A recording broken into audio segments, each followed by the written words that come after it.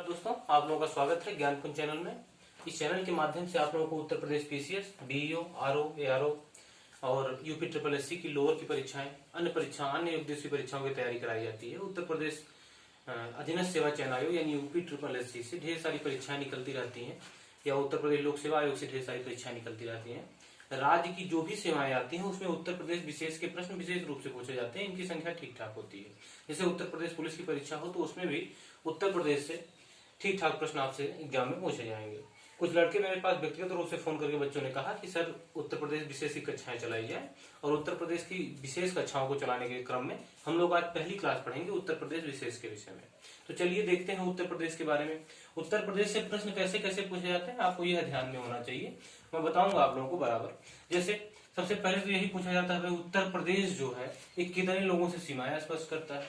या एक बार तो प्रश्न यह पूछ लिया गया टेट सीटेट सुपर टेट की परीक्षा में कि नेपाल जो है वो उत्तर प्रदेश के कितने जिलों को स्पर्श करता है। तो नेपाल को आप देखें तो उत्तर प्रदेश के 7 जिलों से स्पर्श करता है। एग्जाम में अगर प्रश्न पूछना होगा तो प्रश्न ऐसे आ जाएगा कि निम्न में से कौन सा जिला नेपाल को स्पर्श नहीं करता है। तो प्रश्न ऐसे भी आ सकता है, तो इधर से ध्यान रखना है।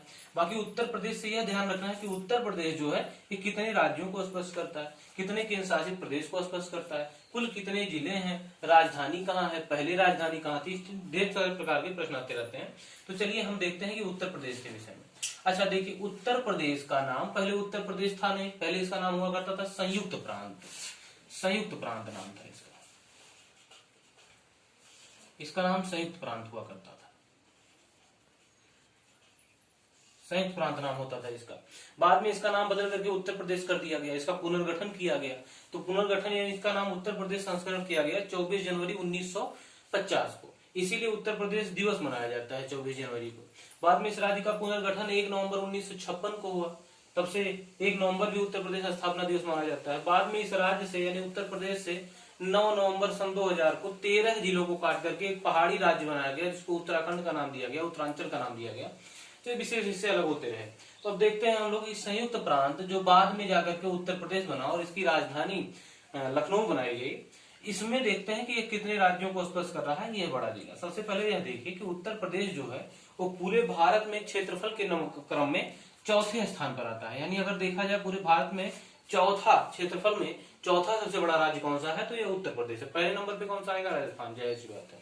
अगर हम जनसंख्या में देखेंगे तो जनसंख्या में उत्तर प्रदेश का पहला स्थान है, यानी क्षेत्रफल में चौथा और जनसंख्या में पहला स्थान है। अब देखते हैं उत्तर प्रदेश सीमाएं किसके किसके साथ साझा कर रहा है। तो उत्तर प्रदेश अपनी सीमाएं साझा करता है। आप देखें, अगर मैं अंतरराष्ट्रीय लेवल की बात करूं, यानी विदेश की बात करूं, तो आप देखेंगे यहाँ पर एक देश है नेपाल। नेपाल से अपनी सीमाएं साझा कर रहा है उत्तर प्रदेश, और नेपाल से ही सिर्फ करता भी है, बाकी किसी विदेश से नहीं करता, बाकी अन्य राज्यों से करता है। तो अगर हम देखें कि भारत का जो राज्य है उत्तर प्रदेश, ये भारत में कुल कितने राज्यों के साथ सीमाएं साझा करता है, तो देखें यह कुल 9 राज्यों के साथ सीमाएं साझा करता है। 9 राज्यों से सीमा साझा करता है, सीमा साझा करता है। अच्छा एक बात यहाँ पर ध्यान दीजिएगा, जहां मैंने राज्यों लिखा है इसमें राज्य और केंद्र शासित प्रदेश दोनों शामिल हैं, क्योंकि अगर देखे जाए तो इसमें 8 राज्य आएंगे और 1 केंद्र शासित प्रदेश आएगा, यानी कुल 9। 8 राज्य होंगे और 1 केंद्र शासित प्रदेश होगा। अब थोड़ा देखने का प्रयास करते हैं कि ये 8 राज्य कौन कौन से होंगे। तो अगर देखें हम तो इधर वाला हिस्सा यानी कि उत्तर प्रदेश के पूर्व में कौन सा राज्य स्थित है? बिहार। तो बिहार वाला हिस्सा इधर से आएगा। बिहार से आप देख लें कौन कौन से मुख्य जिले हैं जो बिहार से स्पर्श करते हैं। तो यहाँ देखिए कुशीनगर बिहार को स्पर्श करता है, यहाँ देखिए देवरिया स्पर्श कर रहा है, बलिया स्पर्श कर रहा है, गाजीपुर। अच्छा गाजीपुर एक विशेष रूप से है उत्तर प्रदेश में। एग्जाम में प्रश्न पूछा जाता है कि उत्तर प्रदेश में एकमात्र अफीम फैक्ट्री कहाँ पर है? ये गाजीपुर में है। अच्छा एक अंग्रेज गवर्नर जनरल था जिसका नाम था लॉर्ड कॉर्नवालिस, इसकी मृत्यु हुई थी यहाँ पर। तो 2 चीजों के लिए गाजीपुर बड़ा इंपॉर्टेंट है, आप ध्यान में रखिएगा। चंदौली वाला हिस्सा, चंदौली, यहाँ देखिए सोनभद्र। सोनभद्र ये वाला जो हिस्सा है उत्तर प्रदेश का, ये वाला हिस्सा जिसमें सोनभद्र, चंदौली, मिर्जापुर वाले स्थान आते हैं, ये थोड़े से खनिज के दृष्टिकोण से थोड़ा अच्छा है। अभी कुछ दिनों पहले आप लोगों ने न्यूज में सुना होगा कि सोनभद्र के सोन पहाड़ियों में सोने के अयस्क मिले हैं और भारत बहुत अमीर हो जाएगा। बाद में एसआई ने कहा कि नहीं नहीं, यहाँ तो सिर्फ 650 किलो सोना है। तो ढेर सारे प्रकार से, तो सोनभद्र वाला यह वाला जो हिस्सा है इसको उत्तर प्रदेश में बाघेल खंड का नाम दिया जाता है। यानी अगर कभी बाघेल खंड कहा दे तो आप समझ लीजिएगा कि सोनभद्र वाले हिस्से की बात कर रहा है। तो सोनभद्र वाला जो हिस्सा है यानी सोनभद्र का जो जिला है ये उत्तर प्रदेश का दूसरा सबसे बड़ा जिला है। अगर पूछे उत्तर प्रदेश का सबसे बड़ा जिला कौन सा है तो उत्तर प्रदेश का सबसे बड़ा जिला यहाँ मिलेगा, लखीमपुर खीरी। नेपाल को स्पर्श करने वाला जिला, पीलीभीत के बगल में, पीलीभीत और बहराइच के बीच में। तो ये लखीमपुर खीरी का हिस्सा यहाँ सबसे बड़ा, उत्तर प्रदेश का सबसे बड़ा जिला क्षेत्रफल के अनुसार। और अगर क्षेत्रफल के अनुसार दूसरा देखें तो सोनभद्र। सोनभद्र उत्तर प्रदेश का एकमात्र ऐसा जिला है जो 4 राज्यों के साथ अपनी सीमाएं साझा कर रहा है। कौन कौन से राज्य हैं देखें, यहाँ पर बिहार है, बिहार को स्पर्श कर रहा है, यहाँ पर झारखंड है, झारखंड को स्पर्श करता है, छत्तीसगढ़ और मध्य प्रदेश। अब एक बात आप ध्यान में रखिएगा, अगर पूछा जाए उत्तर प्रदेश का सबसे दक्षिणी बिंदु किस जिले को, किस राज्य को स्पर्श करता है, तो उत्तर प्रदेश का सबसे दक्षिणी बिंदु मिलेगा कहाँ पर, सोनभद्र में। सोनभद्र उत्तर प्रदेश का सबसे दक्षिणी जिला है। अगर एग्जाम में पूछा जाए ध्यान रखिएगा, इसका सबसे दक्षिणी बिंदु किसके साथ स्पर्श कर रहा है, छत्तीसगढ़ के साथ। और सबसे उत्तरी बिंदु की अगर बात करें, सबसे उत्तरी जिले की बात करें तो यह सहारनपुर, और सहारनपुर स्पर्श करता है एचपी यानी हिमाचल प्रदेश के साथ। तो उत्तर प्रदेश का सबसे उत्तरी जिला है सहारनपुर, सबसे दक्षिणी जिला है सोनभद्र। हाँ, तो हमने अभी आपको बताया कि उत्तर प्रदेश का एक जिला ऐसा है जो 4 राज्यों के साथ अपनी सीमा साझा करता है, बिहार के साथ, झारखंड के साथ, छत्तीसगढ़ के साथ, मध्य प्रदेश के साथ। और यह जिला है कौन सा, यह जिला है सोनभद्र। तो इतनी बातें आप यहाँ से समझ गए होंगे। अच्छा, उत्तर प्रदेश के पूर्वी जिले के विषय में पूछा जाता है। उत्तर प्रदेश का सबसे पूर्वी जिला कौन सा है, बलिया। बलिया उत्तर प्रदेश का सबसे पूर्वी जिला है, इसके बाद शुरू हो जाता है बिहार, तो इधर बिहार लग जाता है। अब देखें यहाँ पर नीचे साउथ में, तो यहाँ ढेर सारे जिले हैं, कुल 11 जिले ये स्पर्श करते हैं मध्य प्रदेश के साथ, अपनी सीमा साझा करते हैं। अच्छा, अगर पूछा जाए उत्तर प्रदेश की सबसे लंबी सीमा किसके साथ लगती है, तो उत्तर प्रदेश की सबसे लंबी सीमा लगती है मध्य प्रदेश के साथ। नीचे में साउथ में आप देखें, यहाँ से राजस्थान, ये राजस्थान है, इधर इधर पूरा मध्य प्रदेश है, तो मध्य प्रदेश का हिस्सा सबसे अधिक कवर करता है। यहाँ पर है ललितपुर। एग्जाम में एक प्रश्न ऐसे ही हो सकता है कि उत्तर प्रदेश का कौन सा ऐसा जिला है जो तीनों तरफ से, यानी कि उसके तीनों तरफ आपको दूसरा राज्य मिलेगा और एक तरफ से, तो मान लीजिए उत्तर प्रदेश सही है, तो आप देखें ललितपुर को, ललितपुर तीनों तरफ से घिरा हुआ है किससे, मध्य प्रदेश। तो मध्य प्रदेश का हिस्सा यहाँ तीनों तरफ से इसको घिरा हुआ है। यह राज्य 4 राज्यों के साथ सीमा साझा कर रहा है। अच्छा, अब देखें 4 के साथ यह तीनों तरफ से घिरा हुआ है ललितपुर, और 3 राज्यों के साथ सीमा साझा कौन करता है, सहारनपुर। 3 राज्यों के साथ सीमा साझा करने वाला उत्तर प्रदेश का एक जिला है जिसका नाम है सहारनपुर। यह उत्तराखंड, हिमाचल प्रदेश, एचपी का मतलब हिमाचल प्रदेश से, ध्यान दीजिएगा, हिमाचल प्रदेश और हरियाणा, तो इन 3 राज्यों के साथ सीमा साझा करता है सहारनपुर। 4 राज्यों के साथ सीमा साझा करता है सोनभद्र, और तीनों तरफ से दूसरे राज्य से घिरा हुआ है कौन सा, ललितपुर, मध्य प्रदेश से घिरा हुआ है। अब इसके बाद देखिए कौन सा है, राजस्थान, राजस्थान से सीमा साझा कर रहा है। अच्छा, केंद्र शासित प्रदेश जो मैंने यहाँ आपको बताया कि 8 राज्य हैं और एक केंद्र शासित प्रदेश, तो यह है दिल्ली केंद्र शासित प्रदेश। अच्छा, दिल्ली के पास का एरिया जो आता है वो एनसीआर कहलाता है, एनसीआर का क्षेत्र कहलाता है। अब एक बार एग्जाम में यह भी पूछा गया कि उत्तर प्रदेश के कितने जिले एनसीआर में शामिल हैं, तो एनसीआर में उत्तर प्रदेश के कुल 8 जिले शामिल हैं। तो इसमें दिल्ली और दिल्ली के किनारे वाले क्षेत्र कहलाते हैं एनसीआर। एनसीआर में कुल कितने जिले, 8 जिले। इसमें हापुड़ आता है, गाजियाबाद आता है, शामली आता है, मुजफ्फरनगर, बुलंदशहर, ठीक है, इस तरीके बागपत। तो ये क्षेत्र जो है, ये 8 शहर जो है, 8 जिले जो हैं, ये दिल्ली एनसीआर में शामिल होते हैं। इसके बाद आप देख रहे हैं हरियाणा, तो हरियाणा, तो अगर देखें कि उत्तर प्रदेश को कुल कितने राज्य स्पर्श करते हैं और केंद्र शासित प्रदेश के साथ में पूछा जाए तो आप बताएंगे 9। अगर सिर्फ राज्य पूछे जाए तो आप बताएंगे 8। केंद्र शासित प्रदेश और राज्य दोनों लेकर के 9, और सिर्फ राज्य हैं 8। एक बार काउंट कर लें, फिर से देखें, बिहार, झारखंड, छत्तीसगढ़, मध्य प्रदेश, राजस्थान, हरियाणा, हिमाचल प्रदेश, उत्तराखंड, ये भारत के राज्य हैं जो उत्तर प्रदेश को स्पर्श करते हैं। और अगर एक विदेश को देखा जाए, यानी अंतरराष्ट्रीय सीमा कौन सी साझा होती है, तो यह है नेपाल। अब एक बात यहाँ पर ध्यान में दीजिएगा, नेपाल वाला जो क्षेत्र है उत्तर प्रदेश से कितने जिलों को स्पर्श करता है, तो कुल 7 जिलों को। इनके नाम आप ध्यान में दीजिएगा क्योंकि अंतरराष्ट्रीय सीमा की बात हो रही है, तो थोड़ा ध्यान में रहे। तो अगर देखें तो यहाँ पर देखें पीलीभीत, लखीमपुर खीरी, अभी थोड़ी देर पहले हमने आपको बताया कि लखीमपुर खीरी वाला जो क्षेत्र है, यह लखीमपुर खीरी का जो क्षेत्र है, यह उत्तर प्रदेश का सबसे बड़ा जिला है। इसके बाद देखें बहराइच, फिर देखें श्रावस्ती। श्रावस्ती के बारे में एक बात ध्यान में रखिएगा, श्रावस्ती ऐसी जगह है जहां पर महात्मा बुद्ध ने सबसे अधिक वर्षावास बिताए थे। सबसे अधिक वर्षा ऋतु महात्मा बुद्ध ने यहीं पर बिताया था, सबसे अधिक उपदेश दिया था। लेकिन महात्मा बुद्ध के इतना उपदेश देने के बाद भी उत्तर प्रदेश का सबसे निरक्षर जिला कह सकते हैं, यानी सबसे कम साक्षरता किस जिले में है, तो श्रावस्ती में। अब देखिए साक्षरता कई क्रम में पूछी जाती है, जैसे पूछा जाता है कि पुरुष साक्षरता कम कहाँ है, महिला साक्षरता कम कहाँ है, कुल साक्षरता कम कहाँ है, तो इसमें श्रावस्ती तीनों में है। यानी अगर पूछे सबसे कम उत्तर प्रदेश में सबसे कम पुरुष साक्षरता कहाँ पर, तो श्रावस्ती में। महिला साक्षरता सबसे कम कहाँ पर, श्रावस्ती में। टोटल यानी कुल साक्षरता उत्तर प्रदेश में, कुल साक्षरता के जिले में सबसे कम है, तो श्रावस्ती में। तो इस प्रकार से श्रावस्ती। और एक बात मैंने इतिहास का आपको बता ही दिया कि महात्मा बुद्ध ने सबसे अधिक वर्षा ऋतु कहाँ बिताई थी, तो यहाँ पर श्रावस्ती में बिताए थे। और यहीं पर श्रावस्ती में ही उन्होंने अपने सबसे अधिक उपदेश दिए थे। तो आप उन्हें दिमाग में ट्रिक के माध्यम से याद रख सकते हैं कि जहां पर महात्मा बुद्ध ने सबसे अधिक उपदेश दिया वहीं के लोग सबसे अधिक निरक्षर हो गए। मैं महात्मा बुद्ध को नहीं कुछ कह रहा हूं, बस श्रावस्ती के विषय में याद करने के लिए आप ध्यान में रखिएगा। अगला देखिए बलरामपुर। बलरामपुर आता है। बलरामपुर के बाद अगला आता है सिद्धार्थनगर।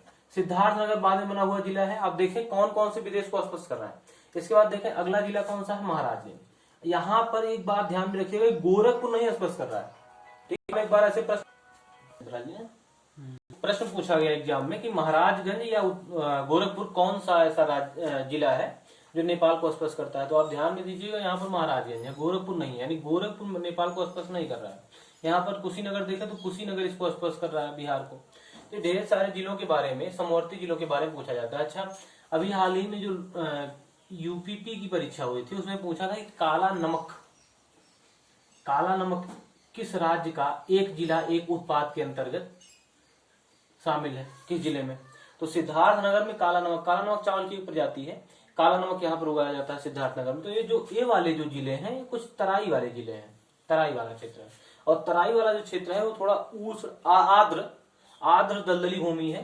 पहले यहाँ पर बहुत से ढेर सारे वन हुआ करते थे, लेकिन बाद में जब उत्तर प्रदेश भारत का बंटवारा हुआ, भारत पाकिस्तान बना, तो जो पाकिस्तान से शरणार्थी आए यहाँ पर जंगलों को काट करके यहाँ पर लोगों को बसाया गया। तो ये तराई वाला क्षेत्र है, तो तराई वाले क्षेत्र में जिले आते हैं। अच्छा, अगर हम देखें उत्तर प्रदेश का एक टाइगर रिजर्व लखीमपुर खीरी में स्थित है कौन सा, दुधवा टाइगर रिजर्व। अब देखें उत्तर प्रदेश में इस समय टाइगर रिजर्वों की संख्या है 3। ये उत्तर प्रदेश पीसीएस की परीक्षा में पूछा था, प्री परीक्षा में। उत्तर प्रदेश में 3 टाइगर रिजर्व है। कहाँ कहाँ पर है, एक लखीमपुर खीरी में है जिसका नाम है दुधवा टाइगर रिजर्व। दूसरा अगर देखें तो एक पीलीभीत में स्थित है पीलीभीत टाइगर रिजर्व। एक है बिजनौर के आसपास, उत्तराखंड और बिजनौर की सीमा पर, उत्तर प्रदेश की सीमा पर बिजनौर में एक है अमनगढ़। तो उत्तर प्रदेश में टाइगर रिजर्वों की संख्या 3 है। यहाँ पर अभी हमने जो बताया इसको ध्यान में रखिएगा, ये अमनगढ़ है। तो उत्तर प्रदेश में 3 टाइगर रिजर्व है। कौन कौन से, लखीमपुर खीरी में दुधवा, पीलीभीत में पीलीभीत और बिजनौर में अमनगढ़। तो 3 टाइगर रिजर्व यहाँ पर आपको मिलेंगे। तो इस प्रकार से हम उत्तर प्रदेश के आसपास की सीमाओं को पढ़ लिए। अब उत्तर प्रदेश से कुछ अन्य चीजों को देखेंगे। जैसे अगर एक चीज पहले देख लीजिए, पहले कि सबसे दक्षिणी अगर जिला पूछा जाएगा तो सोनभद्र, सबसे उत्तरी पूछा जाएगा तो सहारनपुर, सबसे पूर्वी पूछा जाएगा तो बलिया, और सबसे पश्चिमी पूछा जाएगा तो क्या बताएंगे, तो है शामली। सबसे पश्चिमी जो जिला है उसका नाम है शामली। तो पूर्वी, पश्चिमी, उत्तरी और दक्षिणी, और ललितपुर जो 3 तरफ से घिरा हुआ है। अब अगर देखें कि उत्तर प्रदेश में सबसे अधिक वर्षा कहाँ होती है, तो उत्तर प्रदेश में सबसे अधिक वर्षा होती है गोरखपुर में। गोरखपुर में सबसे अधिक वर्षा, सबसे कम वर्षा होती है कहाँ पर, मथुरा में। तो मथुरा में सबसे कम वर्षा, सबसे अधिक वर्षा आपको मिलेगा यहाँ पर गोरखपुर में। सबसे बड़ा जिला क्षेत्रफल के अनुसार लखीमपुर खीरी। दूसरा सबसे बड़ा कौन सा, सोनभद्र। सबसे छोटा कौन सा, हापुड़ यहाँ पर मिलेगा आपको, दिल्ली के आसपास हापुड़ वाला क्षेत्र। ठीक है, तो सबसे छोटा जो है हापुड़ है। तो ये है उत्तर प्रदेश के जिलों के बारे में कुछ। आगे हम पढ़ते रहेंगे, ढेर सारी चीजों को समझते रहेंगे। तो देखते हैं उत्तर प्रदेश के विषय में। और उत्तर प्रदेश की अगर हम लोग देखें, जैसे उत्तर प्रदेश को देखा जाए तो उत्तर प्रदेश की जो लंबाई वाला क्षेत्र है उत्तर प्रदेश का, इधर पूरा ये कुल आपको मिलेगा 650 किलोमीटर। और अगर चौड़ाई देखी जाए तो ये कुल मिलेगा 240 किलोमीटर। ठीक है, उत्तर प्रदेश की लंबाई और चौड़ाई है। मैंने आप लोगों को बता ही दिया था कि इसका सबसे उत्तरी जिला, उत्तर प्रदेश का सबसे उत्तरी जिला कौन सा है, सहारनपुर। सबसे दक्षिणी जिला कौन सा है, सोनभद्र। सबसे पूर्वी जिला कौन सा है, बलिया। सबसे पश्चिमी जिला कौन सा है, शामली। तो ये आपको याद होगा, ये इसकी लंबाई और चौड़ाई है। सबसे अधिक वर्षा कहाँ पर होता है, गोरखपुर में। सबसे कम वर्षा कहाँ होती है, मथुरा में। सबसे बड़ा जिला कौन सा है क्षेत्रफल में, लखीमपुर खीरी। दूसरा सबसे बड़ा जिला कौन सा है, सोनभद्र। सबसे छोटा जिला कौन सा है, हापुड़। तो ढेर सारी चीजें मैंने बताई। अगर देखें उत्तर प्रदेश में जिले कितने हैं, तो उत्तर प्रदेश में वर्तमान में जिलों की संख्या कितनी है, 75।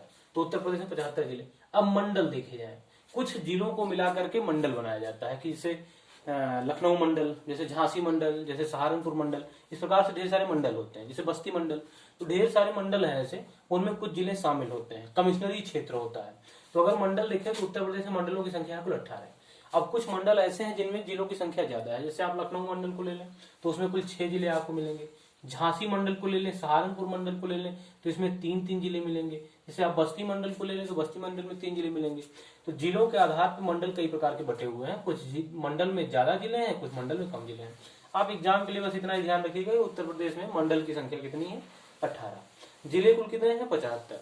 पहले 75 जिले नहीं थे, बाद में कुछ जिलों को अलग अलग जिलों से काट करके पुनर्गठित कर करके कुल 75 जिले बनाए गए। नगर निगम की बात करें, आप जानते हैं नगर निगम एक शहरी निकाय होता है।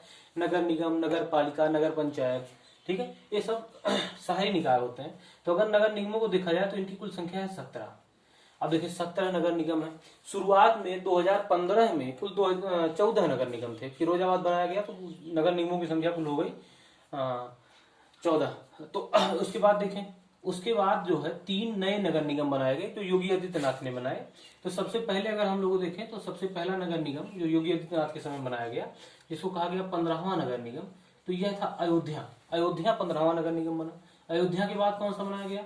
अयोध्या के बाद बनाया गया 16वां बनाया गया मथुरा, और 17वां यानी कि 17वें नंबर पे बनाया गया शाहजहांपुर। तो 3 नए नगर निगम बने हैं, आप ध्यान दीजिएगा। 15 नंबर पर कौन सा है? अयोध्या है। यहाँ पर आपको मिलेगा जो है अयोध्या। 16वें नंबर पर मिलेगा मथुरा, ये 16वां नगर निगम मथुरा वृंदावन, और 17वें नंबर पर मिलेगा शाहजहांपुर। तो उत्तर प्रदेश में नगर निगमों की संख्या कितनी हो गई कुल? उत्तर प्रदेश में नगर निगमों की संख्या कुल हो गई 17। तो 17 नगर निगम, 18 मंडल, जिले 75। अब ध्यान दीजिएगा इन 17 नगर निगमों में कौन कौन से शामिल है। मुख्य रूप से एग्जाम में आपको 4 ऑप्शन दे देगा और आपसे कहेगा कौन सा नगर निगम है या कौन सा नगर निगम नहीं है। तो इस प्रकार के प्रश्नों को भी थोड़ा सा तैयार रखना पड़ेगा। जैसे आप लोगों को मुख्य रूप से जो नगर निगम मिलेंगे वो जो नए वाले होंगे वहीं से प्रश्न पूछे जाएंगे। लखनऊ नगर निगम ही है, कानपुर नगर निगम होगा, गोरखपुर नगर निगम का क्षेत्र होगा, फिरोजाबाद, अयोध्या, मथुरा, शाहजहांपुर, तो ये सब नगर निगम के क्षेत्र है। आगे आते हैं हम लोग। आगे देखा जाए जो कुछ जिले हैं, जैसे ज्यादातर जिलों में क्या होता है, जो जिला है उसी जिले का मुख्यालय भी वही कहलाता है, वही नाम होता है जिले का मुख्यालय का। जैसे बस्ती को ले लें तो बस्ती जिले का मुख्यालय क्या मिलेगा? बस्ती ही मिलेगा। लेकिन कुछ जिले ऐसे हैं जिनके मुख्यालय अलग हैं। अब ऐसे जिलों की संख्या ज्यादा है, लेकिन मैं आप लोगों को कुछ कम ही बताऊंगा जहां से आपके प्रश्न बन जाए। पीसीएस में से प्रश्न कई बार पूछे गए हैं। इधर जिलों के नाम दे देगा, इधर इनके मुख्यालय के नाम दे देगा और आपसे मिलाने के लिए कहा देगा कि मिला के बताइए। अभी हाल ही में उत्तर प्रदेश जो पीसीएस की परीक्षा हुई थी प्री, उसमें पूछा गया था कि जो नोएडा है उत्तर प्रदेश के किस जिले में स्थित है, ये प्रश्न पूछा गया है। तो आप ध्यान दीजिएगा नोएडा कहाँ पर है? गौतम बुद्ध नगर। गौतम बुद्ध नगर का मुख्यालय ही है नोएडा, ग्रेटर नोएडा। नोएडा एक बार मुझसे इंटरव्यू में पूछा गया था कि नोएडा का फुल फॉर्म बताइए। तो नोएडा का फुल फॉर्म होता है new Okhla industrial development authority. ठीक, तो ऐसे ऐसे प्रश्न भी पूछे जाते हैं। तो नोएडा जो है गौतम बुद्ध नगर का मुख्यालय है। आप देखें यहाँ लिखा है सा का नगर। सा का नगर का मतलब संत कबीर नगर। संत कबीर नगर को अगर देखें तो इसका मुख्यालय आपको मिलेगा खलीलाबाद में। 1997 में बना हुआ जिला है यह। सिद्धार्थनगर और बस्ती से काट करके इसको बनाया गया था, अभी नवीन जिला है। अंबेडकर नगर को देखें तो अंबेडकर नगर का मुख्यालय कहां पर मिलेगा? अकबरपुर में। अब आप एग्जाम में कंफ्यूज ना हो जाएं, अकबरपुर माती और अकबरपुर में, इसको किसी की किताब वाले माटी भी लिख देते हैं। तो अकबरपुर माती जो है कानपुर जिले का जो है ये मुख्यालय है। सोनभद्र जिले का मुख्यालय कई बार एग्जाम में पूछा गया है, ध्यान दीजिएगा, रॉबर्ट्सगंज। कौशाम्बी इलाहाबाद के जस्ट यानी प्रयागराज के जस्ट बगल में स्थित है, इसका मंझनपुर। जालौन का मुख्यालय कहाँ मिलेगा? उरई में। अमेठी नया जिला बना हुआ है, इसका मुख्यालय कहाँ पर है? गौरीगंज में, रायबरेली के बाद। तो ये कुछ जिले हैं और उनके मुख्यालय हैं। कुछ और भी हैं जैसे सांभल का मुख्यालय, जैसे आप कुशीनगर को ले लें, परडौना है उसका, कुशीनगर का परडौना है मुख्यालय। तो ढेर सारे मुख्यालय इधर उधर बटे हुए हैं। अब थोड़ा उत्तर प्रदेश के विषय में देखें। उत्तर प्रदेश का शुरुआत से ही उत्तर प्रदेश था, ये इसके अलग अलग नाम थे। तो देखें अभी हाल ही में यह प्रश्न पूछा गया है, ये प्रश्न, ठीक है। अभी ये प्रश्न आया हुआ था कि उत्तर प्रदेश का नाम जो है आगरा एवं अवध का संयुक्त प्रांत कब था? तो 1902 में, ध्यान दीजिएगा 1902 से इसका नाम हो गया आगरा एवं अवध संयुक्त प्रांत। उसके पहले देखा 1836 में उत्तर प्रदेश को उत्तर पश्चिम प्रांत के नाम से जाना जाता था। 1877 में इसका नाम बदल दिया गया उत्तर पश्चिम, इसमें आगरा एवं अवध दोनों शामिल हो गया। आगरा और अवध क्षेत्र को शामिल करके उत्तर पश्चिम प्रांत को 1877 में कर दिया गया उत्तर पश्चिम प्रांत आगरा एवं अवध। इसके बाद 1902 में उत्तर प्रदेश का नाम पुनः बदला गया और इसका आगरा एवं अवध का संयुक्त प्रांत नाम दे दिया गया। संयुक्त प्रांत यानी जुड़ा हुआ प्रांत, यूनाइटेड प्रोविंस। इसके बाद 1937 में देश में चुनाव हुए थे। प्रश्न पूछा जाता है कि 1935 में एक अधिनियम आया, 1935 का भारत शासन अधिनियम, जो संविधान का सबसे बड़ा स्रोत है। अगर एग्जाम में कभी पूछे कि संविधान का सबसे बड़ा स्रोत कौन सा है, तो 1935 का भारत शासन अधिनियम। 1935 के भारत शासन अधिनियम के अंतर्गत केंद्र में द्वैत शासन की व्यवस्था की गई और राज्यों में जो है सरकारें चुनी जाने लगी, यानी लोगों को वोट देने का अधिकार दिया गया। राज्यों में भारतीयों की सरकारें चुनी गई। तो राज्यों में चुनाव हुए और राज्यों में कुल चुनाव हुए और इन चुनावों में कुल 8 राज्यों में कांग्रेस ने अपनी सरकार बना ली। यहाँ पर भी बना कांग्रेस की सरकार। संयुक्त प्रांत में भी 1937 में कुल चुनाव हुए और कांग्रेस की जो सरकार चली, एग्जाम में एक बार पूछा गया पीसीएस में, ये सरकार कितने महीने चली थी। 1937 में जो कांग्रेस की सरकार चुनी गई, जो कुल 5 राज्यों में विजेता हुए, मिला जुला के कुल 8 राज्यों में गठबंधन करके सरकार बना लिए, वो 28 महीने तक चली और उसके बाद शुरू हो गया द्वितीय विश्व युद्ध और द्वितीय विश्व युद्ध के बाद इन लोगों ने त्यागपत्र दे दिया, खत्म हो गई कहानी। तो 1937 में इस राज्य का नाम, यानी जब चुनाव हुआ तो इस राज्य का नाम आगरा एवं अवध का संयुक्त प्रांत छोड़कर हटा करके सिर्फ संयुक्त प्रांत कर दिया गया। और जब देश आजाद हुआ, देश के आजाद होने के बाद देखें, ये देखें 24 जनवरी 1950 यानी कि गणतंत्र दिवस के 2 दिन पहले 24 जनवरी 1950 को राज्य का नाम संयुक्त प्रांत से हटा करके उत्तर प्रदेश कर दिया गया। वर्तमान में अगर आपसे पूछे कि उत्तर प्रदेश स्थापना दिवस या उत्तर प्रदेश दिवस कब मनाया जाता है तो आप बताएंगे 24 जनवरी। वर्तमान में उत्तर प्रदेश सरकार इसी को मना रही है। राज्य का बाद में पुनर्गठन किया गया, यानी राज्य को फिर से गठित किया गया और यह काम हुआ 1 नवंबर 1956। तो कहीं कहीं आप पाएंगे उत्तर प्रदेश दिवस या उत्तर प्रदेश पुनर्गठन दिवस 1 नवंबर। अगले पर देखते हैं विभाजन। अब उत्तर प्रदेश में ठीक ठाक बड़े जिले थे और उत्तर प्रदेश का एक हिस्सा पूरा पहाड़ी था जिसको उत्तराखंड के नाम से जाना जाता है। तो उत्तराखंड वाला जो हिस्सा था उसमें कुल 13 जिले आते थे, पहाड़ी जिले थे और इन जिलों को 9 नवंबर सन 2000 में काट करके उत्तराखंड नाम का एक नया राज्य बना दिया गया। तो ये उत्तर प्रदेश के पुनर्गठन से संबंधित ढेर सारी चीजें हैं। आगे देखते हैं प्रशासनिक ढांचा।